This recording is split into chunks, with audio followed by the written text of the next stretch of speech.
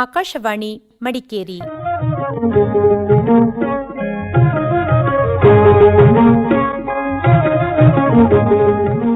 ಚಿಣ್ಣರ ಲೋಕ ಮಕ್ಕಳಿಗಾಗಿ ಕಾರ್ಯಕ್ರಮ.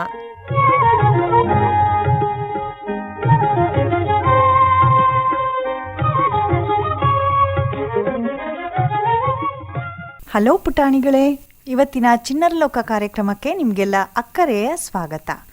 ಕಳೆದ 2 ಸಂಚಿಕೆಗಳಿಂದ ಪರೀಕ್ಷಾ ತಯಾರಿ ಹೇಗಿರಬೇಕು ಎಂಬ ವಿಷಯದ ಬಗ್ಗೆ ಅಂಕಣಕಾರರು, ಬ್ಯಾಂಕಿಂಗ್ ತರಬೇತುದಾರರು ಹಾಗೂ ವ್ಯಕ್ತಿತ್ವ ವಿಕಸನ ತರಬೇತುದಾರರು ಮತ್ತು ವೃತ್ತಿ ಮಾರ್ಗದರ್ಶಕರಾದ RK ಬಾಲಚಂದ್ರ ಅವರಿಂದ ಬಹಳಷ್ಟು ಮಾಹಿತಿಗಳನ್ನು ತಿಳ್ಕೊಳ್ತಾ, ಹಾಲ್ಟ್ ಅಂದರೆ ಏನು, ಮಲಗುವ 3 ಗಂಟೆ ಮೊದಲು ಊಟ ಮಾಡಬೇಕು, 2 ಗಂಟೆಗೆ ಮೊದಲು 5 ನಿಮಿಷ ಧ್ಯಾನ ಮಾಡಬೇಕು, 1 ಗಂಟೆಗೆ ಮೊದಲು ಟಿವಿ, ಮೊಬೈಲ್ ಮೊದಲಾದ ಗ್ಯಾಜೆಟ್ಗಳಿಂದ ದೂರ ಇರಬೇಕು, ಒಂದು ದಿನದಲ್ಲಿ ಎಷ್ಟು ಗಂಟೆ ನಿದ್ದೆ ಮಾಡಬೇಕು, ನೆಮ್ಮದಿಯ ನಿದ್ದೆ ಹೇಗೆ ಮಾಡಬೇಕು, ಯಾವ ರೀತಿ ಓದಬೇಕು, ಯಾವ ರೀತಿ ಬರಿಬೇಕು, ಅಂದರೆ ಫಾಸ್ಟ್ ರೀಡಿಂಗ್ ಹೇಗೆ ಮಾಡಬೇಕು, ಫಾಸ್ಟ್ ರೈಟಿಂಗ್ ಹೇಗೆ ಮಾಡಬೇಕು ಅಂತ ಹೇಳುವ ಮಾಹಿತಿಗಳನ್ನ ತಿಳ್ಕೊಂಡಿದ್ದೀವಿ. ಇವತ್ತಿನ ಕಾರ್ಯಕ್ರಮದಲ್ಲಿ ಅವರು ಇನ್ನೂ ಯಾವ ಮಾಹಿತಿಗಳನ್ನ ನೀಡ್ತಾರೆ ಅಂತ ಕೇಳ್ತಾ ಅವರನ್ನು ಕಾರ್ಯಕ್ರಮಕ್ಕೆ ಸ್ವಾಗತ ಕೋರೋಣ. ನಮಸ್ಕಾರ ಸರ್, ಕಾರ್ಯಕ್ರಮಕ್ಕೆ ಸ್ವಾಗತ. ನಮಸ್ಕಾರ. ಸಕ್ಸಸ್ಸಿಗೆ ಅಬ್ದುಲ್ ಕಲಾಮರ ಪಂಚಸೂತ್ರವನ್ನ ನಮ್ಮ ವಿದ್ಯಾರ್ಥಿಗಳು ಅಳವಡಿಸ್ಕೊಳ್ಳಿ ಅಂತ ಇವತ್ತಿನ ಕಾರ್ಯಕ್ರಮವನ್ನ ಪ್ರಾರಂಭ ಮಾಡೋಣ.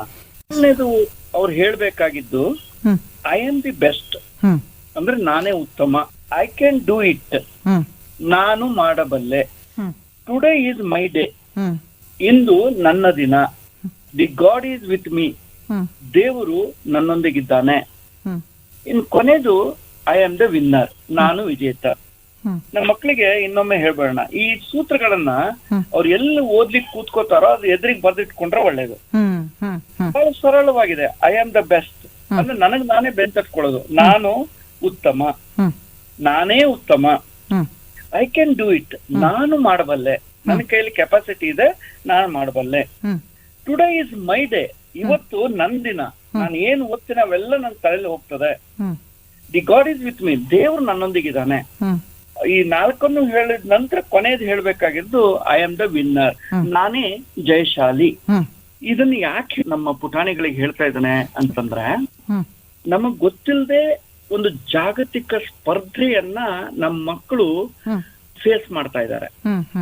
ಈಗ ಅವ್ರ ಮನಸ್ಸು ಪಕ್ವತೆ ಹಾದಿಯಲ್ಲಿರುವಂತದ್ದು ಸಾಕಷ್ಟು ಚಂಚಲವಾಗಿರ್ತದೆ. ಈ ಹಂತದಲ್ಲಿ ಇದನ್ನ ನಿಯಂತ್ರಿಸಲು ಸಾಧ್ಯವಾಗದೇ ಇದ್ರೆ ಆಗಬಹುದಾದ ಅನಾಹುತ, ದಾರಿ ತಪ್ಪುವ ಸಾಧ್ಯತೆಗಳನ್ನ ನಾವು ಮಂದಟ್ ಮಾಡ್ಕೊಡ್ಬೇಕಾಗಿದ್ದು ನಮ್ ಕರ್ತವ್ಯ. ಹಾಗಾಗಿ ನಾವು ಅವ್ರಿಗೇನ್ ಹೇಳ್ಬೇಕು, ನಾವಿರುವ ಸ್ಥಳದಿಂದಲೇ ಇವತ್ತು ವಿಶ್ವ ಮಟ್ಟದಲ್ಲಿ ನಾವು ಸ್ಪರ್ಧೆಯಲ್ಲಿ ಭಾಗಿಯಾಗ್ತಾ ಇದ್ದೇವೆ. ಆಕಾಶದೆತ್ತರದ ಕನಸುಗಳಿಗೆ ರಂಗು ತುಂಬುವ ಕೆಲಸವಾಗಬೇಕಾದ್ರೆ ಪರ್ಪಸ್ಫುಲ್ ಮತ್ತು ಯೋಜನಾ ಲಹರಿ ಬಹುದೊಡ್ಡ ಪಾತ್ರ ವಹಿಸ್ತದೆ ಅಂತ. ಡಿಶ್ಫುಲ್ ಮತ್ತು ಪರ್ಪಸ್ಫುಲ್ ಅಂತ. ವಿದ್ಯಾರ್ಥಿಗಳು ಯಾವುದೇ ಕಾರಣಕ್ಕೂ ಫೋಕಸ್ ಕಳ್ಕೋಬಾರ್ದು. ಫೋಕಸ್ ಕಳ್ಕೊಂಡ್ಬಿಟ್ರೆ ಸೋತ್ ಹೋದಾಗೆ. ಹಾಗಾಗಿ ಒಂದು ಗುರಿ ಇಟ್ಕೋಬೇಕು ಅಂತ ನಾವು ಹೇಳಿದ್ವಲ್ಲ, ನಿರ್ದಿಷ್ಟವಾದ ವಾಸ್ತವಕ್ಕೆ ಹತ್ತಿರದ ಗುರಿಯನ್ನು ಇಟ್ಕೊಂಡು ಟೈಮ್ ಬಾಂಡ್ ನಲ್ಲಿ ಅದನ್ನ ಓದುವಂತ ಅಭ್ಯಾಸ ಮಾಡಬೇಕು. ನೋಡಿ, ಈಗ ಸೋಲುಗಳಿಗೆ ಭಯಪಟ್ಟಿದ್ರೆ ಅಬ್ರಹಾಂ ಲಿಂಕನ್ ಅಮೆರಿಕದ ಅಧ್ಯಕ್ಷ ಆಗ್ತಾ ಇರ್ಲಿಲ್ಲ. ನಿಂದನೆಯ ಮಾತುಗಳಿಗೆ ಕಿವಿಗೊಟ್ಟಿದ್ರೆ ಸಚಿನ್ ತೆಂಡೂಲ್ಕರ್ ವಿಶ್ವದ ಶ್ರೇಷ್ಠ ಆಟಗಾರನಾಗಿ ಹೊರಹೊಮ್ಮತಿರ್ಲಿಲ್ಲ. ಹೀಗಾಗಿ ವಿದ್ಯಾರ್ಥಿಗಳು ಇತರರೊಂದಿಗೆ ಹೋಲಿಸಿಕೊಂಡು ತಮ್ಮ ನೆಮ್ಮದಿಗೆ ಕಿಚ್ಚಿಟ್ಟುಕೊಳ್ಳುವುದಕ್ಕೆ ತಿಲಾಂಜಲಿ ಹೇಳ್ಬೇಕು. ನಾವೇನಿದ್ದೇವೋ ನಮಗ್ ಚೆನ್ನಾಗಿ ಗೊತ್ತಿದೆ, ಆದ್ರಿಂದ ಅದನ್ನು ಒಪ್ಪಿಸ್ಕೊಂಡು ಮುನ್ನಡಿಬೇಕು ಅನ್ನೋ ಪ್ರಿನ್ಸಿಪಲ್ಗೆ ನಿಂತ್ಕೊಂಡ್ಬಿಡ್ಬೇಕು ಅವರು.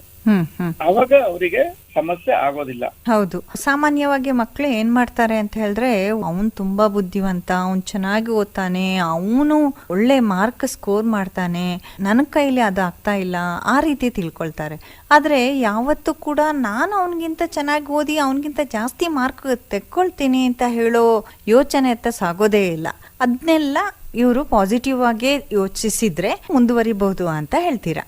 ಹೌದು, ಅಂದ್ರೆ ನಾವು ಯೂಸ್ವಲಿ ಹೋಲಿಕೆ ಮಾಡೋದು ಸ್ಥಿತಿವಂತರ ಜೊತೆಗೆ. ಅದೇ ಹೌದು. ಅಂದ್ರೆ ನಮ್ಮ ಹತ್ರ ಏನಿಲ್ವೋ ಅದು ಇನ್ನೊಬ್ರ ಹತ್ರ ಇದೆ ಅಂತ ಹೇಳ್ಬಿಟ್ಟು ಹೌದು ಹೋಲಿಕೆ ಮಾಡ್ಕೋತೇವೆ.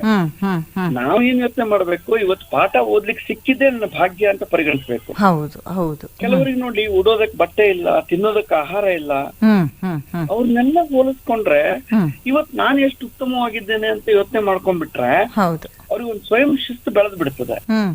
ಹಾಗಾಗಿ ಅವ್ರು ಮೊದಲು ಮಾಡ್ಬೇಕಾಗಿದ್ದು, ನೀವು ಓದೋ ಸಮಯವನ್ನ ಮನೆಯಲ್ಲಿ ಎಲ್ಲರಿಗೂ ತಿಳಿಸ್ಬೇಕು. ಅಂದ್ರೆ ಮಕ್ಕಳು ಓದೋ ಸಮಯ ಇದೆಯಲ್ಲ, ಅದನ್ನ ಮನೇಲಿ ಎಲ್ಲರಿಗೂ ತಿಳಿಸ್ಬೇಕು. ಆಮೇಲೆ ಸಮಯದ ಸದುಪಯೋಗಕ್ಕೆ ಒಂದು ಟೈಮ್ ಟೇಬಲ್ ಮಾಡ್ಕೋಬೇಕು. ಮನೆಯಲ್ಲಿ ಎಲ್ರಿಗ್ ತಿಳಿಸ್ಬೇಕು ಅಂದ್ರೆ ಯಾವ ಲೆಕ್ಕದಲ್ಲಿ ಸರ್? ನಾವು ಬಿಗಿನಿಂಗ್ ನಲ್ಲೂ ತಂದೆ ತಾಯಿಗಳು, ಪೋಷಕರು ಮತ್ತು ಮಕ್ಕಳು ಜೊತೆಯಾಗಿ ಹೋಗುವ ಪ್ರಕ್ರಿಯೆ ಅಂತ ಹೇಳಿದ್ದೇವೆ. ಅದು ಹೇಳಿದ್ರಿ. ಮತ್ತೆ ಸಾಮಾನ್ಯವಾಗಿ ಬ್ರಾಹ್ಮಿ ಮುಹೂರ್ತದಲ್ಲಿ ಎದ್ದು ಓದಿದ್ರೆ ಒಳ್ಳೇದು, ಅದು ಸಹ ಹೇಳಿದ್ರಿ. ಸಾಯಂಕಾಲ ಹೊತ್ತು ಓದ್ಲಿಕ್ಕೆ ಕೂತಾಗ ಜನರಲಿ ಏನಾಗುತ್ತೆ, ಮಕ್ಕಳು ಓದ್ಲಿಕ್ಕೆ ಕೂತ್ಕೋತಾರೆ ಅವ್ರ ಪಾಡಿಗೆ ಅಂತ ಅನ್ಕೊಂಡಾಗ ಇವ್ರು ಟಿವಿ ಆನ್ ಮಾಡ್ತಾರೆ. ಹೌದು ಹೌದು.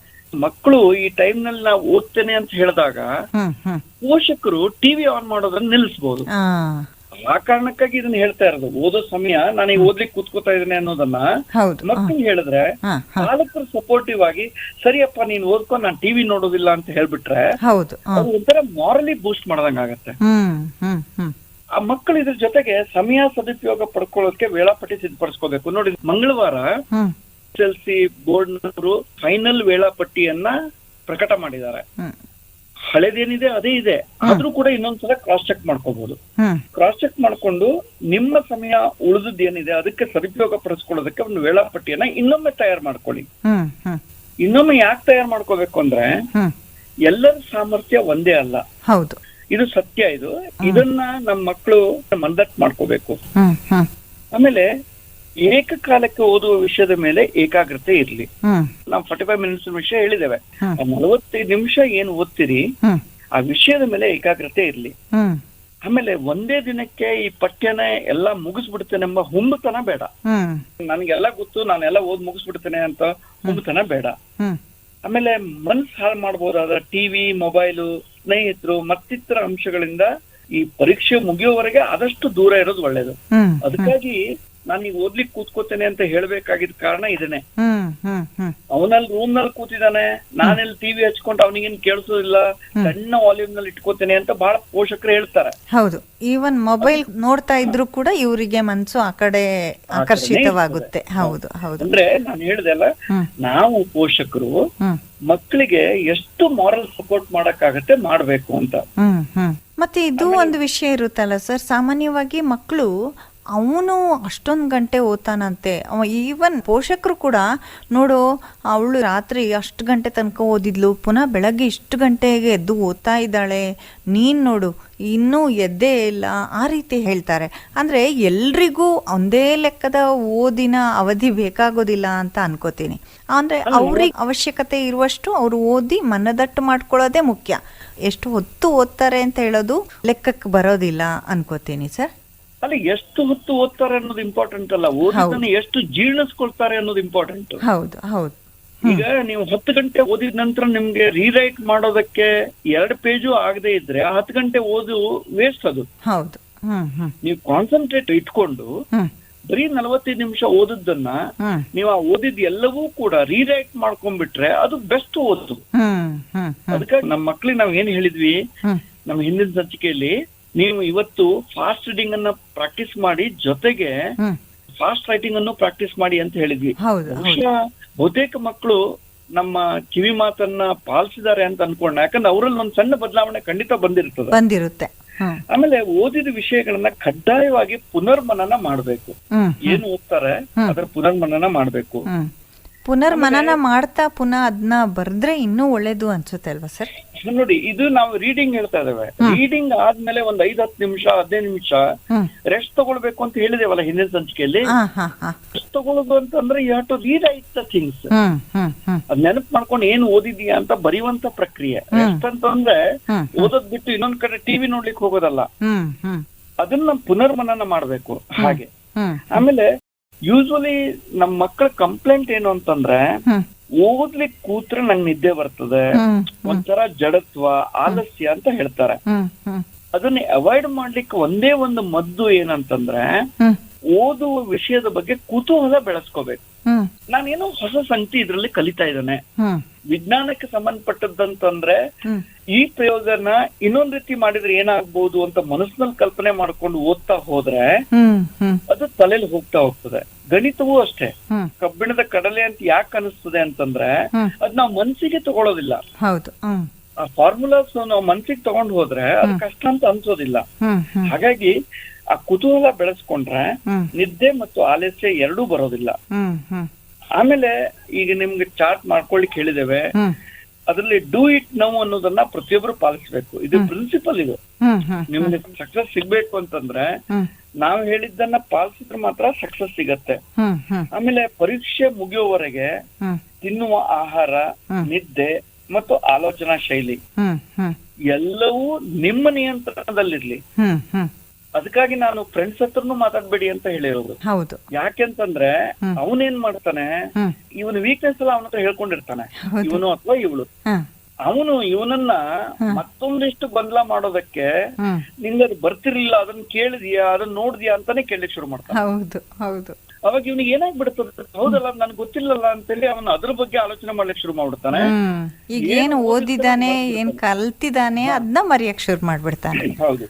ಆಮೇಲೆ ನಾವು ಫಾಸ್ಟ್ ರೀಡಿಂಗ್ ಬಗ್ಗೆ ಹೇಳಿದ್ವಿ, ಹ್ಮ್ ರೀಡಿಂಗ್ ಮಾಡೋದನ್ನ ಅಭ್ಯಾಸ ಮಾಡಿ ಅಂತ ಹೇಳಿದ್ವಿ. ಹ್ಮ್ ಇದು ಪುಸ್ತಕಗಳನ್ನ ಹ್ಮ್ ನ್ಯೂಸ್ ಪೇಪರ್ ನಂತ ಓದಿದ್ರೆ ಪ್ರಯೋಜನ ಇಲ್ಲ. ಹ್ಮ್ ನ್ಯೂಸ್ ಪೇಪರ್ ನಲ್ಲಿ ಸಂಗತಿಗಳನ್ನ ನೆನ್ಪಿಟ್ಕೊಳ್ಳೋದು, ಹ್ಮ್ ಇಲ್ಲಿ ಕಾನ್ಸೆಪ್ಟ್ ಅನ್ನ ನೆನ್ಪಿಟ್ಕೊಳ್ಳೋದು. ಹ್ಮ್ ಇದ್ರ ಓದೇ ಪರ್ಯಾಯ ಓದಿದ್ದು, ಇದು ಬೇರೆ ರೀತಿನೇ ಓದ್ಬೇಕು. ನೀವು ನ್ಯೂಸ್ ಪೇಪರ್ ನಲ್ಲಿ ಹೆಡ್ಡಿಂಗ್ಸ್ ಅನ್ನ ಸೆಳೆಯೋದಕ್ಕೋಸ್ಕರನೇ ಕೊಟ್ಟಿರ್ತಾರೆ, ಅದು ಓದಿದ್ರು ನಿಮ್ಗೆ ಗೊತ್ತಾಗ್ಬಿಡುತ್ತದೆ. ಹೌದು ಹೌದು. ಹಾ ಬಟ್ ಪುಸ್ತಕ ಹಂಗಾಗೋದಿಲ್ಲ. ಹ್ಮ್ ಪುಸ್ತಕಕ್ಕೆ ನೀವು ಬೇರೆ ರೀತಿ ಓದನ್ನೇ ಬೇಕು. ಹೌದು. ಪಾಯಿಂಟ್ ಬೈ ಪಾಯಿಂಟ್ ಅವರು ನೆನ್ಪಿಟ್ಕೋಬೇಕಾಗುತ್ತೆ.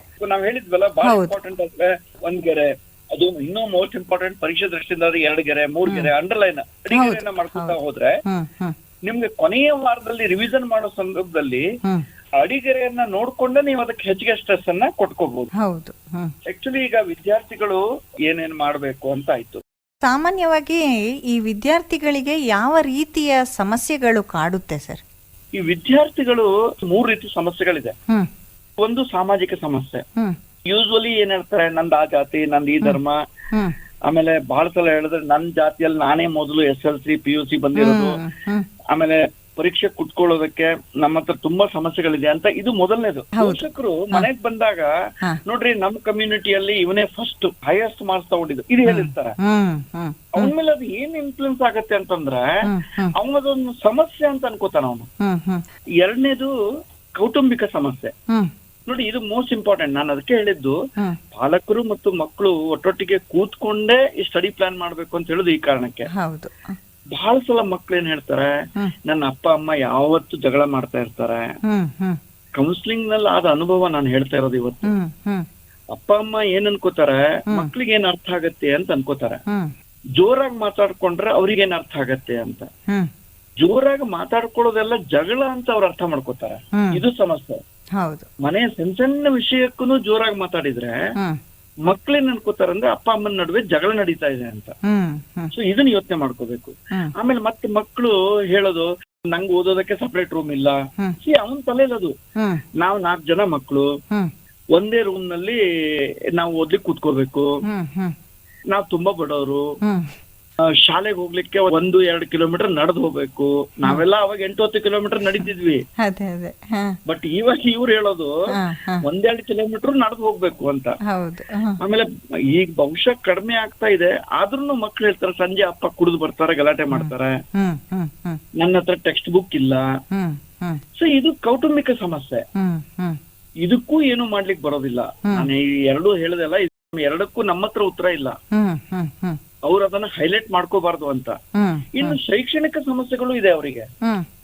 ನೋಡಿ, ಶೈಕ್ಷಣಿಕ ಸಮಸ್ಯೆಗಳು ಅಂತಂದ್ರೆ ಸ್ಕೂಲ್ ಪ್ರಾಬ್ಲಮ್. ಸ್ಕೂಲ್ ಪ್ರಾಬ್ಲಮ್ ಏನು, ನಮ್ ಟೀಚರ್ ಪಾಠನೇ ಮಾಡೋದಿಲ್ಲ ಅಂದ್ರೆ ಮಕ್ಳು ಹೇಳೋದು. ಇದು ಮಕ್ಳು ಹೇಳೋದು, ಮಾಡಿದ್ರು ನಂಗೆ ಅರ್ಥ ಆಗೋದಿಲ್ಲ. ನೋಡಿ, ಇದು ಪ್ರಾಬ್ಲಮ್. ಹೌದು. ಆಯ್ತಾ, ನಮ್ಮಲ್ಲಿ ಲೈಬ್ರರಿನೇ ಇಲ್ಲ, ರೆಫರೆನ್ಸ್ ಪುಸ್ತಕ ಸಿಗೋದಿಲ್ಲ, ಟೆಕ್ಸ್ಟ್ ಬುಕ್ ಮೊದ್ಲೇ ಇಲ್ಲ. ನನಗೆ ನೋಟ್ಸ್ ಮಾಡ್ಕೊಳಕ್ ಆಗ್ಲಿಲ್ಲ, ಹ್ಮ್ ಹ್ಮ್ ನನ್ನ ಹತ್ರ ನೋಟ್ಸ್ ಇಲ್ಲ. ಹ್ಮ್ ನೋಡಿ, ಈ ನಾನು ಹೇಳಿದ ಈ 3 ಸಮಸ್ಯೆ ಇದೆಯಲ್ಲ, ನಾವ್ ಒಂದ್ಸಲ ಆಲೋಚನೆ ಮಾಡೋಣ. ಹ್ಮ್ ಹ್ಮ್ ಈ 3 ಒಳಗಡೆಯ ಸಮಸ್ಯೆ ಅಲ್ಲ, ಇದು ಹೌದು. ಹ ಹ ಹೊರಗಡೆಯ ಸಮಸ್ಯೆ. ಹ ಅದೇ ಮೂರನೇ ಸಮಸ್ಯೆಗೆ ಅವರೇ ಪರಿಹಾರ ಕಂಡುಕೊಳ್ಬೋದಲ್ವಾ ಸರ್ ವಿದ್ಯಾರ್ಥಿಗಳೇ? ಕರೆಕ್ಟ್. ಅದಕ್ಕೆ ನಾನ್ ಮುಂದೆ ಬರ್ತೇನೆ. ಹ್ಮ್ ನಾನೇನ್ ಹೇಳುದು, ಇದಕ್ಕೆ ನೀವು ಹೆಚ್ಚಿಗೆ ಒತ್ತು ಕೊಡ್ಬೇಡಿ ಅಂತ ಹೇಳ್ತಾ ಇರೋದು. ಹ್ಮ್ ಹ್ಮ್ ಹ್ಮ್ ಆಯ್ತಾ? ಈ ಸಾಮಾಜಿಕ ಸಮಸ್ಯೆ ನಿಮ್ ಸಮಸ್ಯೆ ಅಲ್ಲ, ಅದು ಹೌದು. ಹ ಹ ಕೌಟುಂಬಿಕ ಸಮಸ್ಯೆ ನಿಮ್ ಸಮಸ್ಯೆ ಅಲ್ಲ, ಹೌದು. ಹ ಶೈಕ್ಷಣಿಕ ಸಮಸ್ಯೆ ನಿಮ್ ಸಮಸ್ಯೆ ಅಲ್ಲ. ನೀವು ತಲೆ ಮೇಲೆ ಹೊತ್ಕೋತಾ ಇದೀರಿ. ಹ್ಮ್ ಹ್ಮ್ ಹ್ಮ್ ಯಾಕೆ? ಹ್ಮ್ ನೀವು ಪಾರಾಗೋದಕ್ಕೆ ಈ ನೆಪನ ಹುಡುಕ್ತಾ ಇದೀರಿ ಅಂತ ನಾನು ಹೇಳ್ತಾ ಇರೋದು. ಪಲಾಯನವಾದ ಅಂತ ಹೇಳ್ತಾರಲ್ಲ ಹಾಗೆ. ಇದನ್ನ ಹೇಳ್ಬೇಡಿ. ಇದು ಎಲ್ಲರಿಗೂ ಇರೋ ಸಮಸ್ಯೆನೇ ಇದು. Hmm hmm it is outside me ಅಂತ ಅನ್ಕೊಳ್ಳಿ. Hmm it is not within you. Hmm hmm ಈಗ ಇದಿಷ್ಟು ಔಟ್ಸೈಡ್ ಆಯ್ತಲ್ಲ, ಹ್ಮ್ ಹ್ಮ್ ನನ್ನೊಳಗಿರುವಂತ ಸಮಸ್ಯೆ ಯಾವುದು? ವೈಯಕ್ತಿಕ ಅಧ್ಯಯನ ಸಮಸ್ಯೆ. ಹ್ಮ್ ಹ್ಮ್ ಯಾಕೋ ಮಾರ್ಕ್ಸ್ ಕಮ್ಮಿ ಬಂತು ಅಂದ್ರೆ ಇದು ಶೆಲ್ಟರ್ ಅವನು. ಅದೇ ಅದೇ. ಹ ಯಾಕೋ ಸರಿಯಾಗಿ ಓದ್ಲಿಲ್ಲ ಅಂತಂದ್ರೆ ಏನ್ ಮಾಡ್ಲಿ ಸರ್, ಪಾಠನೇ ಸರಿ ಮಾಡ್ಲಿಲ್ಲ ಅಂತ. ಇವನು ಅರ್ಥ ಮಾಡ್ಕೊಂಡ್ನೋ ಪಾಠ ಸರಿಯಾಗಿ ಕೇಳಿದ್ನೋ ಅದು ಅವನ್ ತಪ್ಪಲ್ಲ. ಹ ಹಾಗೆ ಬೇರೆಯವ್ರ ಮೇಲೆ ತಪ್ಪು ಹೊರಿಸೋದು. ವೈಯಕ್ತಿಕ ಅಧ್ಯಯನ ಸಮಸ್ಯೆಗಳಲ್ಲಿ ಹ್ಮ್ ಬಹಳ ಮುಖ್ಯವಾಗಿ ಏಕಾಗ್ರತೆ ಇಲ್ಲದೆ ಇರೋದು, ಹ್ಮ್ ಏನ್ ಬರಿಬೇಕು, ಯಾಕೆ ಬರಿಬೇಕು, ಹೇಗ್ ಬರಿಬೇಕು ಅಂತ ಗೊತ್ತಿಲ್ಲದೆ ಇರೋದು, ಹ್ಮ್ ಹ್ಮ್ ನೆನಪಿನ ಶಕ್ತಿ ಇಲ್ಲದೆ ಇರೋದು, ಹ್ಮ್ ಸ್ಪೀಡ್ ರೈಟಿಂಗ್, ಸ್ಪೀಡ್ ರೀಡಿಂಗ್ ಗೊತ್ತಾಗದೆ ಇರೋದು. ಹ್ಮ್ ಇದನ್ನ ನಾವೀಗ ಕ್ಲೂ ಕೊಟ್ಟಿದ್ದೇವೆ ಕಳೆದ ಸಂಚಿಕೆಯಲ್ಲಿ. ಹೌದು. ಹ್ಮ್ ನೋಟ್ಸ್ ಮಾಡೋದು ಹೇಗೆ ಅಂತ ಗೊತ್ತಿಲ್ಲದೆ ಇರೋದು, ಹ್ಮ್ ಹ್ಮ್ ನಿದ್ದೆ ಹೇಗ್ ಮಾಡ್ಬೇಕು ಅಂತಾನು ಗೊತ್ತಿಲ್ಲ ಬಹಳ ಮಕ್ಕಳಿಗೆ. ಹ್ಮ್ ಆಯ್ತಾ? ಟೈಮ್ ಟೇಬಲ್ ಮಾಡ್ಕೊಳ್ಳೋದು ಗೊತ್ತಿಲ್ಲ. ಹ್ಮ್ ಪರೀಕ್ಷೆ ಅಂತಂದ್ರೆ ಒಂದ್ ಹೆದರಿಕೆ. ಇಂಥದ್ದೊಂದು 20 ಸಮಸ್ಯೆಗಳಿದೆ ಅವರಿಗೆ. ಹ್ಮ್ ಹ್ಮ್ ಇದನ್ನ ಈಗ ನಾವು ಸಾಲ್ವ್ ಮಾಡ್ಲಿಕ್ಕೆ ಬರೋದಿಲ್ಲ. ಹ್ಮ್ ಈ ಸಮಸ್ಯೆಗಳು ಇರೋದ್ರ ಜೊತೆಗೇನೆ ನಾವು ಬದುಕ್ಬೇಕು ಅಂತ. ಹ್ಮ್ ಹ್ಮ್ ಹಾಗಿದ್ರೆ ಪರೀಕ್ಷಾ ಕೌಶಲ್ಯದ ಬಗ್ಗೆ ನಾವ್ ಏನ್ ಮಾತಾಡ್ತಾ ಇದ್ದೇವಲ್ಲ, ಹ್ಮ್ ಅದರಿಂದ 3 ಸಮಸ್ಯೆಗಳಲ್ಲಿ ಏನ್ ಬರಿಬೇಕು, ಹ್ಮ್ ಎಷ್ಟು ಬರಿಬೇಕು, ಹ್ಮ್ ಹೇಗ್ ಹೇಗ್ ಬರಿಬೇಕು. ಹ್ಮ್ ನೋಡಿ, ಈಗ ಇದೇ ಪ್ರಶ್ನೆ ಹ್ಮ್ ನಾನ್ ನಿಮಗ್ ಕೇಳಿದ್ರೆ ಹ್ಮ್ ನೀವೇನ್ ಉತ್ತರ ಕೊಡ್ತೀರಿ? ಮೊದಲ ಪ್ರಶ್ನೆಗೆ ಏನ್ ಬರಿಬೇಕು ಕೇಳಿದ್ರೆ ಉತ್ತರ ಬರಿಬೇಕು. ಹೌದು. Correct correct. ಹಾ ಹಾಗಿದ್ರೆ ನಾನ್ ಕೇಳೋದು, ಇಷ್ಟು ದಿವ್ಸ ಹಾ ಉತ್ತರ ಬರಿತಾ ಇರ್ಲಿಲ್ವಾ? ಹಾಗಿದ್ರೆ ಅದಕ್ಕೆ ಸರಿಯಾದ ಉತ್ತರ ಬರಿಬೇಕು. ಅಂದ್ರೆ ಹಾ ಬರ್ದಿದ್ರಿ, ನಿಮ್ಗೆ ಮಾರ್ಕ್ಸ್ ಬಂತ? ಬರ್ಲಿಲ್ಲ. ಹಾಗಾದ್ರೆ ಏನ್ ಬರಿಬೇಕಾಗಿದ್ರೆ ಸರಿಯಾದ ಉತ್ತರವನ್ನ ಬರಿಬೇಕು. ಹ್ಮ್ ಹ್ಮ್ ನೋಡಿ, ಬಹಳ ಸಲ ಪುಟ ತುಂಬರ್ಲಿಕ್ಕೆ ಹೇಳ್ಬಿಟ್ಟಿರ್ತಾರೆ. ಹ್ಮ್ ಹ್ಮ್ ಆ ಪ್ರಶ್ನೆ ಪತ್ರಿಕೆಯಲ್ಲಿ ಇರೋದನ್ನೇ ಬರ್ದ್ ಬರ್ತಾನ ಅವನು. ಹೌದು. ಹಾ ಅದಕ್ಕಾಗಿ ಅಂಕ ಬರೋದಿಲ್ಲ. ಹ್ಮ್ ಹಾಗಾಗಿ hmm one should write the right answer. Hmm ಅದು ಏನ್ ಬರಿಬೇಕು ಅದನ್ನ ಸರಿ ಉತ್ತರ ಬರಿಬೇಕು. ಹೌದು. ಆದ್ರೂ ಅಂಕ ಬರ್ಲಿಲ್ಲ ಅಂತ ಇಟ್ಕೊಳ್ಳಿ. ಹಾ ಅಂದ್ರೆ ಸರಿ ಬರೆದ ಮೇಲೂ ಅಂಕ ಬರದೇ ಇದ್ರೆ ಹಾ ನೀನು ಒಪ್ಪುವ ಸರಿ ಉತ್ತರ ಅಲ್ಲ, ಹ್ಮ್ ಮೌಲ್ಯಮಾಪಕರು ಒಪ್ಪುವ ಸರಿ ಉತ್ತರವನ್ನ ಬರಿಬೇಕು. ಹೌದು. ನಾವು ಇದು ಪ್ರಶ್ನೆಗೆ ಉತ್ತರ ಕಂಡುಹಿಡಿದ್ ಬಿಟ್ವಿ. ಈಗ ಹ್ಮ್ ಹ್ಮ್ ಹ್ಮ್ ಉತ್ತರ ಹೇಗ್ ಬರಿಬೇಕು, ಹ್ಮ್ ಉತ್ತರ ಬರೆದಾಗ ನಮ್ಗೆ ಅಂಕ ಬರದೇ ಇದ್ರೆ ಏನ್ ಪ್ರಾಬ್ಲಮ್ ಆಯ್ತು, ಹ್ಮ್ ಹ್ಮ್ ಯಾವ ಉತ್ತರವನ್ನ ಬರಿಬೇಕು, ಹ್ಮ್ ಆ ಉತ್ತರ ಹೇಗಿರ್ಬೇಕು ಅಂತಂದ್ರೆ ಮೌಲ್ಯಮಾಪಕರಿಗೆ ಹ್ಮ್ ಅದು ಇಷ್ಟ ಆಗ್ಬೇಕು, ಅವ್ರು ಅದು ಸರಿ ಅಂತ ಹೇಳ್ಬೇಕು. ಹ್ಮ್ ಹ್ಮ್ ಅಂತ ಉತ್ತರವನ್ನ ನಾವು ಬರಿಬೇಕು. ಹ್ಮ್ ಸಾಮಾನ್ಯವಾಗಿ ಶಿಕ್ಷಕರೇ ಮೌಲ್ಯಮಾಪಕರಾಗಿರ್ತಾರೆ. ಹಾಗಿರುವಾಗ ಅವರು ತರಗತಿಯಲ್ಲಿ ಯಾವ ಬೋಧನೆಯನ್ನ ಮಾಡಿರ್ತಾರೋ ಅದಕ್ಕೆ ತಕ್ಕ ಹಾಗೆ ನೋಟ್ಸ್ ಗಳನ್ನು ಬರ್ಸಿರ್ತಾರೆ ಅಲ್ವ ಸರ್?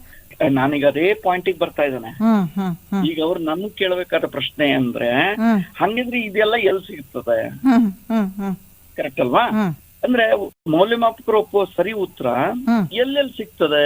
ಹ್ಮ್ ಹ್ಮ್ ಹ್ಮ್ ಟೆಕ್ಸ್ಟ್ ಬುಕ್ ನಲ್ಲಿ ಸಿಗ್ತದೆ, ಹ್ಮ್ ನೋಟ್ಸ್ ನಲ್ಲಿ ಸಿಗ್ತದೆ, ಹ್ಮ್ ವರ್ಕ್ ಬುಕ್ ನಲ್ಲಿ ಸಿಗ್ತದೆ ಹ್ಮ್ ಹ್ಮ್ ಅಲ್ವಾ? ಇಷ್ಟಾಗಿನೂ ಗೊತ್ತಾಗಿಲ್ಲ ಅಂದ್ರೆ ಶಿಕ್ಷಕರನ್ನ ಅರ್ಥ ಆಗೋದ್ನ ಪುನಃ ವಿವರಿಸಿ ಅಂತ ಕೂಡ ಕೇಳಿದ್ರೆ ಅವರು ತಿಳಿಸ್ಕೊಡ್ತಾರೆ. ಅಂದ್ರೆ ಈಗ ಇದಿಷ್ಟನ್ನು ಹೇಳಿದ ನಂತರ ನೋಟ್ಸಿನ ಜೊತೆಗೆ ಟೆಕ್ಸ್ಟ್ ಬುಕ್ ಕೂಡ ಓದ್ಬೇಕು. ಹೌದು ಹೌದು. ಟೆಕ್ಸ್ಟ್ ಬುಕ್ ಅಂತಂದ್ರೆ ತಾಯಿ ಇದ್ದ ಹಾಗೆ. ಈ ನೋಟ್ಸ್, ಆಮೇಲೆ ಇಂಟರ್ನೆಟ್, ಗೂಗಲ್, ವರ್ಕ್ ಬುಕ್, ಇನ್ ಎಷ್ಟೋ ಗೈಡು, ಇವೆಲ್ಲ ನಮ್ಮ ದೊಡ್ಡಮ್ಮ ಚಿಕ್ಕಮ್ಮ ಇದ್ದಂಗೆ. ಹಂಗಾಗಿ ದೊಡ್ಡಮ್ಮ ಚಿಕ್ಕಮ್ಮನಕ್ಕಿಂತ ಹೆಚ್ಚಿಗೆ ನಮ್ ತಾಯಿನ ನಾವು ಪ್ರೀತಿಸ್ಬೇಕು. ಅಂದ್ರೆ ಟೆಕ್ಸ್ಟ್ ಬುಕ್ ಅನ್ನ ಓದ್ಬೇಕು. ಟೆಕ್ಸ್ಟ್ ಬುಕ್ ಅನ್ನ ಓದ್ತಾ ಹೋದ್ರೆ ಬಹಳ ಪ್ರಾಬ್ಲಮ್ ಸಾಲ್ವ್ ಆಗ್ತಾ ಬಂದ್ಬಿಡ್ತದೆ ಅಲ್ವಾ? ಟೆಕ್ಸ್ಟ್ ಬುಕ್ ಓದೋದನ್ನ ಅಭ್ಯಾಸ ಮಾಡ್ಕೋಬೇಕು. ಟೆಕ್ಸ್ಟ್ ಬುಕ್ ಜೊತೆಗೆ ನೋಟ್ಸ್ ಬರ್ಸಿದ್ದಾರೆ. ಟೆಕ್ಸ್ಟ್ ಬುಕ್ ನಲ್ಲಿ ಇಲ್ಲದೆ ಇರೋ ಎಷ್ಟೋ ಸಂಗತಿಗಳು ನೋಟ್ಸ್ ಬುಕ್ ನಲ್ಲಿ ಮಾಡ್ತಿರ್ತಾರೆ. ಅಂದ್ರೆ ಅದಕ್ಕೆ ವಿವರಣೆ ಕೊಟ್ಟಿರ್ತಾರೆ. ಬರೀ ವಿವರಣೆ ನೋಡ್ಕೊಂಡು ಹೋದ್ರೆ ಆಗ್ಲಿಲ್ಲ. ಟೆಕ್ಸ್ಟ್ ಬುಕ್ ನಲ್ಲಿ ಏನಿದೆ ಅಂತ ನೋಡ್ಕೊಂಡಾಗ ನಮಗೆ ಆ ಉತ್ತರವನ್ನ ಬರೆಯೋದಕ್ಕೆ ಬಹಳ ಸುಲಭ ಆಗ್ತದೆ. ಹಾಗಾಗಿ ಇದನ್ನ ಮಕ್ಕಳಿಗೆ ನಾವು ಹೇಳೋಣ, ಇವತ್ತಿನಿಂದ ಟೆಕ್ಸ್ಟ್ ಬುಕ್ ಅನ್ನು ಓದ್ಕೊಂಡು ಹೋಗಿ ಅಂತ. ನಾವು ಸ್ಟಡಿ ಪ್ಲಾನ್ ಎಲ್ಲ ಹೇಳಿದ್ದೇವೆ. ಹೌದು, ಮತ್ತೆ ಯಾವ ರೀತಿ ಓದ್ಬೇಕು ಅಂತ ಹೇಳೋದ್ನ ಕಳೆದ ಸತಿನೇ ಹೇಳಿದೀವಿ. ಅಂದ್ರೆ ಬೆರಳಿಟ್ಕೊಂಡೇ ಓದಿ, ಜೋರಾಗಿ ಓದಿದ್ರಲ್ಲಿ ಅಂಡರ್ಲೈನ್ ಹೇಗ್ ಮಾಡ್ಕೋಬೇಕು ಅಂತ ಹೇಳುವ ಬಹಳಷ್ಟು ಸಂಗತಿಗಳನ್ನ ಹೇಳಿದೀವಿ. ಹೌದು ಹೌದು. ಈಗ ನಾವು ಹೇಳ್ತಾ ಇರೋದು ಟೆಕ್ಸ್ಟ್ ಬುಕ್ ಅನ್ನೇ ಓದಿ, ಜೊತೆಯಲ್ಲಿ ನಮ್ಮ ಕ್ಲಾಸ್ ಮಾಸ್ಟ್ರು ಅಥವಾ ಮೌಲ್ಯಮಾಪಕರು ಏನ್ ಮಾಡ್ಕೊಟ್ಟಿದ್ದಾರೆ ನೋಟ್ಸ್ ಅದನ್ನು ಓದಿ ಅಂತ. ಯಾಕಂದ್ರೆ ಉತ್ತರ ಬರೆಯೋದು ಇಂಪಾರ್ಟೆಂಟ್ ಅಲ್ಲ, ಅವರಿಗೆ ಬೇಕಾಗಿರುವಂತಹ ಉತ್ತರವನ್ನ ಬರಿಬೇಕಾಗಿದ್ದು ಇಂಪಾರ್ಟೆಂಟ್ ಆಗಿರೋದ್ರಿಂದ ಅವೆರಡೂ ನಮ್ಗೆ ಸಿಗೋದು. ಒಂದು ಟೆಕ್ಸ್ಟ್ ಬುಕ್ ನಮ್ ತಾಯಿ ಇದ್ದಾಗ, ಇನ್ನೊಂದು ನೋಟ್ ಬುಕ್. ಅದರಿಂದ ಅವ್ರು ಬರ್ಕೊಂಡು ಅದನ್ನ ಓದ್ಕೊಂಡು ಉತ್ತರವನ್ನ ಬರೀಬೇಕು ಅಲ್ವಾ? ರೈಟ್. ಈಗ ಎರಡನೇ ಪ್ರಶ್ನೆ ಸರ್, ಹೇಗ್ ಬರಿಬೇಕು ಅಂತಾಯ್ತು, ಇನ್ನು ಎಷ್ಟು ಬರಿಬೇಕು ಅಂತ ಹೇಳೋದಲ್ವಾ ಎರಡನೇ ಪ್ರಶ್ನೆ. ಹೌ ಮಚ್ ಟು ರೈಟ್ ಅಲ್ವಾ? ಹೌದು, ಅದು 3 ಅಂಶಗಳ ಮೇಲೆ ಅವಲಂಬಿತವಾಗಿದೆ ನೋಡಿ. ಪ್ರಶ್ನೆ ಯಾವ ರೀತಿ ಇರುತ್ತೆ? ಒಂದು ಅಂದ್ರೆ ಬರೆಯೋದಕ್ಕೆ ಎಷ್ಟು ಟೈಮ್ ಕೊಟ್ಟಿದ್ದಾರೆ ಅಂತ. ಅಂದ್ರೆ ಅಲ್ಲಿ ಟೈಮ್ ಅಲಾಟ್ಮೆಂಟ್ ಆಗಿರಲ್ಲ, ಟೋಟಲ್ ಟೈಮ್ ಅಲಾಟ್ಮೆಂಟ್ ಇರ್ತದೆ. ಹೌದು, ಬಟ್ ನಿಮ್ಗೆ ಎಷ್ಟು ಅಂಕ ಕೊಟ್ಟಿದ್ದಾರೆ ಅನ್ನೋದ್ರ ಮೇಲೆ ನಿಮ್ಗೆ ಅರ್ಥ ಆಗತ್ತೆ. ಹೌದು, ಮತ್ತೆ ಕೆಲವೊಂದು ಪ್ರಶ್ನೆಯಲ್ಲಿ ಒಂದು ಶಬ್ದದಲ್ಲಿ ಉತ್ತರಿಸಿ ಅಂತ ಕೊಟ್ಟಿರ್ತಾರೆ. ಅಂದ್ರೆ ಅದರ ಅರ್ಥ ಒಂದೇ ಶಬ್ದ. ಹೌದು, ಅಂತದ್ರಲ್ಲಿ ಆಗ ವಾಕ್ಯ ಬರೆಯೋ ಅವಶ್ಯಕತೆ ಇರೋದಿಲ್ಲ. ಇಲ್ಲ, ಬಿಟ್ಟು ಸ್ಥಳ ತುಂಬಿರಿ ಅದು. ಆಮೇಲೆ ಎಷ್ಟು ಜಾಗ ಕೊಟ್ಟಿದ್ದಾರೆ ಅಂತ. ಈಗೆಲ್ಲ ಪ್ರಶ್ನೆಗಳ ಕೆಳಗಡೆ ಆ ಉತ್ತರ ಏನ್ ಬರಿಬೇಕು ಅಂತಾನು ಜಾಗ ಕೊಟ್ಟಿರ್ತಾರಲ್ಲ. ಹೌದು, ಆ ಜಾಗದ ಮೇಲೆ ಯು ಕ್ಯಾನ್ ಡಿಸೈಡ್ ಎಷ್ಟು ಟೈಮ್ ಅನ್ನ ನಾ ಇದಕ್ಕೆ ಸ್ಪೇರ್ ಮಾಡಬಹುದು ಅಂತ. ಅಂದ್ರೆ ಈಗ ಜನರಲಿ 3 ಗಂಟೆ ಟೈಮ್ ಇದ್ರೆ 15 ನಿಮಿಷ ಬರೀ ಪೇಪರ್ ಓದೋದಕ್ಕೆ ಕೊಟ್ಟಿದ್ದಾರೆ. ಹೌದು. ಆಮೇಲೆ ಒಂದು ಅರ್ಥ ಮಾಡ್ಕೋಬೇಕು ಮಕ್ಕಳು, ಜಗತ್ತಿನ ಯಾವುದೇ ಪರೀಕ್ಷೆ ಆದ್ರೂ ಕೂಡ ಕೊಟ್ಟಿರುವ ಅರ್ಧ ಸಮಯ ಸಾಕು. 3 ಗಂಟೆ ಅಂದ್ರೆ 1.5 ಗಂಟೆನೆ ಸಾಕು. ಈ ಮಕ್ಕಳು ಟೆನ್ಷನ್ ಮಾಡ್ಕೋತಾರೆ ಅನ್ನೋ ಕಾರಣಕ್ಕಾಗಿ ಸಮಯ ಜಾಸ್ತಿ ಕೊಟ್ಟಿರ್ತಾರೆ. ನಾವೇನ್ ಮಾಡ್ತೇವೆ ಅಂತಂದ್ರೆ ಅಷ್ಟೊಂದು ಸಮಯ ಇದೆಯಲ್ಲ ಅಂತ ನಿಧಾನ ಮಾಡ್ತಾರೆ. ಮಕ್ಕಳು ಈ ಅಭ್ಯಾಸನ ಮಾಡ್ಕೊಂಡ್ ಬಂದಿದ್ದಾರೆ. ಅಂದ್ರೆ ಅವ್ರಿಗೆ ಮನ್ಸಲ್ಲಿ ಹೀಗೆ ನಾವು ಇಷ್ಟು ಸಮಯನ ಉಪಯೋಗಿಸ್ಬೇಕು ಅಂತ ಹೇಳ್ಬಿಟ್ಟು ತಲೆಯೊಳಗೆ ಕೂತ್ಬಿಟ್ಟಿದೆ. ಹೇಗೂ 3 ಗಂಟೆ ಇದೆ ಅಲ್ಲ, ಅಷ್ಟು ಟೈಮ್ ಅಲ್ಲಿ ಬರೀಬಹುದು ಅಂತ. ಹಾಗಾಗಿ ನಿಧಾನಕ್ಕೆ ಬರೀತಾರೆ. ಅಂದ್ರೆ ಇದ್ರ ಅರ್ಥ ಏನು? 3 ಗಂಟೆ ಸಮಯದಲ್ಲಿ ಬರೆಯೋದನ್ನ 1.5 ಗಂಟೆಲ್ಲ ಬರೆದು ಕೊಟ್ಟು ಮನೆಗೆ ಹೋಗ್ಬಹುದು. ಯಾವಾಗ ನಿಮಗ್ ಉತ್ತರ ಗೊತ್ತಿದ್ರೆ. ಹೌದು, ಎಲ್ಲಾ ಉತ್ತರಗಳು ಸರಿಯಾಗಿ ಗೊತ್ತಿದ್ರೆ. ಅಂದ್ರೆ ನಿಮ್ಗೆ ಉತ್ತರ ಗೊತ್ತಿಲ್ಲದೆ ಇದ್ರೆ ಯೋಚಿಸಕ್ಕೂ ಟೈಮ್ ಬೇಕಾಗುತ್ತೆ. ಎಡಕ್ಕೆ ಬಲಕ್ಕೆ ಎಲ್ಲೆಲ್ಲೂ ನೋಡ್ತಾ ಇದ್ರೆ ಟೈಮ್ ಹೆಂಗ್ ಸಾಕಾಗ್ತದೆ ನಿಮ್ಗೆ? ಹೌದು, ಅಲ್ವಾ? ಸರಿಯಾಗಿ ಸಮಯದ ತೊಂದರೆ ಇದೆ ಅನ್ನೋದು ಬರೀ ಹಸಿ ಸುಳ್ಳು. ನೀವು ಬಹಳ ಸಲ ಮಕ್ಳಿಗೆ ಕೇಳಿ, ನನ್ಗೆ ಟೈಮೇ ಸಾಕಾಗ್ಲಿಲ್ಲ ಅಂತ ಹೇಳ್ತಾರೆ. ಹೌದು ಹೌದು. ಇದೊಂದು ದೊಡ್ಡ ಸಮಸ್ಯೆ. There is no time problem, there is no time constants. ಅವ್ರು ಹೇಳೋದು ನೆಪ ಮಾತ್ರ. ಪೂರ್ತಿ ಉತ್ತರ ಗೊತ್ತಿದ್ರೆ ನಿಮ್ಗೆ ಅವ್ರು ಅಲಾಟ್ ಮಾಡಿದ ಅರ್ಧ ಸಮಯದಲ್ಲಿ ಮುಗಿಸ್ಕೊಳ್ಲಿಕ್ಕೆ ಸಾಧ್ಯ ಇದೆ. ಅಂಕ ನೋಡಿ ಬರಿ ಅಂತಂದ್ರೆ 1 ಮಾರ್ಕ್ಸ್ ಅಂತಂದ್ರೆ ಟಿಕ್ ಹಾಕೋದು, 4 ಆಪ್ಷನ್ ಕೊಟ್ಟು 1 ವರ್ಡ್ ಟಿಕ್ ಮಾಡು ಅಂತಂದ್ರೆ ಫಿಲ್ ಇನ್ ದ ಬ್ಯಾಂಕ್ಸ್. ಅದು ಹೌದು ಹೌದು. 1 ಸೆಂಟೆನ್ಸ್, 1 ಇಕ್ವೇಶನ್, 1 ಸ್ಟ್ಯಾಂಜಾ ಅಥವಾ 1 ಡೇಟ್, 1 ಫಾರ್ಮುಲಾ ಕೇಳಿದ್ರೆ ಅದಕ್ಕೆ 1 ಮಾರ್ಕ್ಸ್ ಅಂತಾನೆ ಅರ್ಥ. ಹೌದು. Don't spend it. ಅದ್ರ ಮೇಲೆ ತುಂಬಾ ಸಮಯನ ವೇಸ್ಟ್ ಮಾಡಬೇಡಿ. ಗೊತ್ತಿದ್ರೆ ಬರೀರಿ, ಇಲ್ದಿದ್ರೆ ಬಿಟ್ಬಿಡಿ. ಇನ್ನು 2 ಮಾರ್ಕ್ಸ್ ಬಂದ್ರೆ 2 ರಿಂದ 4 ಲೈನ್. ನಿಮ್ಗೆ ಇಷ್ಟ ಇದ್ರೆ, ಅಗತ್ಯ ಇದ್ರೆ, ಆಸಕ್ತಿ ಇದ್ರೆ, ಒಂದು ಸ್ಟ್ರಕ್ಚರು, 1 ಇಕ್ವೇಶನ್, 1 ಫಾರ್ಮುಲಾ ಸುಮ್ಮನೆ ಬರೆದು ಬಿಡಿ. ನೋಡಿ ಮಾರ್ಕ್ಸ್ ಹೇಗ್ ಬರುತ್ತೆ ಅಂತ ನೋಡಿ. ಇನ್ನು 3, 4, 5 ಮಾರ್ಕ್ಸ್ ಅಂತಂದ್ರೆ ಕನಿಷ್ಠ 6 ರಿಂದ 8 ಲೈನ್ ಬರೀಲೇಬೇಕು. ಅದಕ್ಕೂ 1 ಇಕ್ವೇಶನ್, 1 ಸ್ಟ್ರಕ್ಚರು, 1 ಫಾರ್ಮುಲಾ, ಫಿಗರು, ಡಯಾಗ್ರಾಮಿಗೆ ಲೇಬಲಿಂಗ್ ಖಂಡಿತ ಹಾಕ್ಬೇಕು. ಫಿನಿಶ್. ಇದೇ ಅಂಕ ನೋಡಿ ಬರೆಯುವಂತದ್ದು. ಅದೆಲ್ಲ ಅವಶ್ಯ ಇದ್ರೆ ಬರ್ದಾಯ್ತು. ಹೌದು. ಇನ್ನು ಜಾಗ ನೋಡಿ ಬರೆಯುವಂತದ್ದು. ಈಗ ಜಾಗ ನೋಡಿ ಬರೆಯೋದು ಅಂತಂದ್ರೆ 5-6 ವರ್ಷದ ಹಿಂದೆ ನಿಮ್ಮ ಅಣ್ಣನೋ ತಮ್ಮನೋ ಎಕ್ಸಾಮ್ ತೆಗೆದುಕೊಂಡಿದ್ರೆ ಅಲ್ಲಿ ಹಾಗೆ ಇರ್ತಿತ್ತು, 1 ಮಾರ್ಕ್ಸಿಗೆ ಇಷ್ಟು ಜಾಗ, ಹ್ಮ್ 2 ಮಾರ್ಕ್ಸಿಗೆ ಇಷ್ಟು ಜಾಗ ಹ್ಮ್ ಅಂತ ನಿಗದಿಯಾದ ಸ್ಥಳ ಇರ್ತಿತ್ತು. ಹ್ಮ್ ಜಾಸ್ತಿ ಗೊತ್ತಿದ್ರು ಬರೆಯೋದಕ್ಕೆ ಜಾಗ ಇರ್ತಿರ್ಲಿಲ್ಲ ಅವಾಗ. ಹ್ಮ್ ಇವಾಗ ಹಾಗಿಲ್ಲ, ಒಂದು ಬುಕ್ಲೆಟ್ ಕೊಟ್ಬಿಡ್ತಾರೆ, ಎಷ್ಟಾದ್ರೂ ಬೇಕಾದ್ರೆ ಬರ್ಕೊ ಅಂತ. ಹ್ಮ್. ಎಡಿಷನಲ್ ಶೀಟ್ ಬೇಕಾದ್ರೂ ತೆಗೆದುಕೊಳ್ಬಹುದು. ಹ್ಮ್ ಯಾಕೆ ನಾವು ಈ ಮಾತನ್ನ ಇವತ್ತು ಹೇಳ್ತಾ ಇದ್ದೇನೆ ಅಂತಂದ್ರೆ, ಹ್ಮ್ ಮುಂದೆ ನೀವು ಡಿಗ್ರಿ ಮುಗಿಸ್ಕೊಂಡು ಸ್ಪರ್ಧಾತ್ಮಕ ಪರೀಕ್ಷೆಗಳಿಗೆ ಅದರದೊಂದು ಜಗತ್ತನ್ನ ಪ್ರವೇಶ ಮಾಡಿದ್ರೆ ಹ್ಮ್ ಹ್ಮ್ ಅಲ್ಲಿ ಮತ್ತೆ ಬೇರೆ ರೀತಿನೇ ನೀವು ಬರಿಬೇಕಾಗ್ತದೆ. ಹ್ಮ್ ಅಲ್ಲಿ ನಿಗದಿಯಾದ ಸ್ಥಳ ಹ್ಮ್ ಇರ್ಲಿ, ಎಷ್ಟಾದ್ರೂ ಬೇಕಾದ್ರೆ ಬರೀರಿ ಅಂತ ಹೇಳೋದಕ್ಕಾಗೋದೇ ಇಲ್ಲ.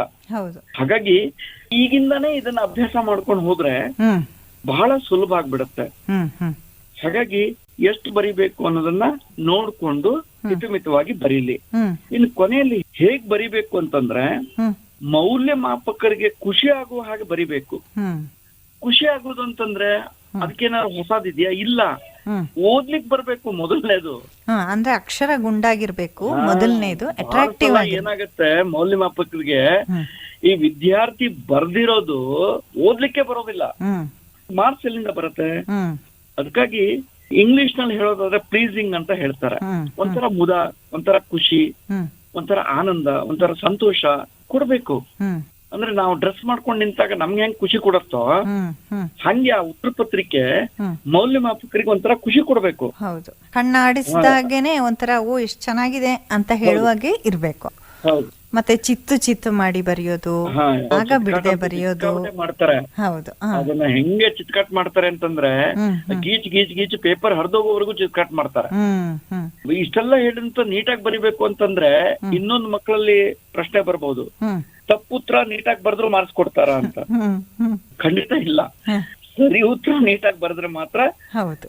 ಮಾರ್ಕ್ಸ್ ಕೊಡ್ತಾರೆ. ಹ್ಮ್ ಹ್ಮ್ ಸೊ ಈ ಸಂಚಿಕೆಯಲ್ಲಿ ಹ್ಮ್ ಬಹಳ ಮುಖ್ಯವಾದ ವಿಷಯವನ್ನ ಚರ್ಚೆ ಮಾಡಿದ್ದೇವೆ. ಹ, ಪ್ಯಾರೆಂಟ್ಸ್ ಏನ್ ಮಾಡ್ಬೇಕು ಅನ್ನೋದನ್ನು ಹೇಳಿದ್ದೇವೆ. ಹ್ಮ್ ಇವೆರಡೂ ಅಂಶಗಳನ್ನ ಇಟ್ಟುಕೊಂಡು ಹ್ಮ್ ಇವತ್ತಿನಿಂದ ಮಕ್ಕಳ ಜೊತೆಗೆ ಪೋಷಕರು ಕೂಡ ಹ್ಮ್ ಓದುವ ಸಂದರ್ಭದಲ್ಲಿ ಒಂದ್ 5-10 ನಿಮಿಷ ಅವ್ರ ಬೆನ್ತಟ್ಟಿ ಅವ್ರ ಜೊತೆ ಕೂತ್ಕೊಂಡ್ರೆ ಹ್ಮ್ ಮಕ್ಕಳಲ್ಲಿ ಒಂದು ಅದ್ಭುತವಾದ ಬದಲಾವಣೆಯನ್ನ ಕಾಣಬಹುದು ಅಂತ ನಾವು ಆಶಿಸೋಣ. ಹ್ಮ್ ಅದೇ ರೀತಿ ನಾವು ಇವತ್ತು ಮತ್ತು ಕಳೆದ 2 ಸಂಚಿಕೆಗಳಲ್ಲಿ ಯಾವೆಲ್ಲ ಟಿಪ್ಸ್ಗಳನ್ನ ಕೊಟ್ಟಿದ್ದೀವಿ ಅದನ್ನ ಉಪಯೋಗಿಸ್ಕೊಂಡು ನಮ್ಮ ವಿದ್ಯಾರ್ಥಿಗಳು ಈ ಪರೀಕ್ಷಾ ತಯಾರಿಯನ್ನ ಮುಂದುವರಿಸ್ತಾರೆ. ಹಾಗೆ ನಮ್ಮ ಮುಂದಿನ ಸಂಚಿಕೆಯಲ್ಲಿ ಏನ್ ಹೇಳ್ತಾರೆ ಅಂತ ಕಾಯ್ತಾ ಇರ್ತಾರೆ ಅಂತ ಯೋಚಿಸ್ತಾ ಇವತ್ತಿನ ಕಾರ್ಯಕ್ರಮದಲ್ಲಿ ಪಾಲ್ಗೊಂಡ ತಮಗೆ ಆಕಾಶವಾಣಿಯ ಪರವಾಗಿ ಧನ್ಯವಾದಗಳನ್ನ ಸಲ್ಲಿಸ್ತಾ ಇದ್ದೇವೆ ಸರ್. ಧನ್ಯವಾದಗಳು.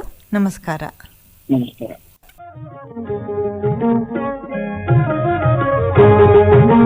ಪ್ರಸ್ತುತಪಡಿಸಿದವರು ಮಮತಾ ಶಾಸ್ತ್ರಿ. ಕಾರ್ಯಕ್ರಮ ನಿರ್ವಹಣೆ ಎಂ ಶಕುಂತಲಾ. ಮಕ್ಕಳಿಗಾಗಿ ಕಾರ್ಯಕ್ರಮ ಚಿಣ್ಣರ ಲೋಕ ಪ್ರಸಾರವಾಯಿತು. ಈ ಕಾರ್ಯಕ್ರಮ ಆಕಾಶವಾಣಿ ಮಡಿಕೇರಿ ಕೇಂದ್ರದಿಂದ ಮೂಡಿಬಂತು.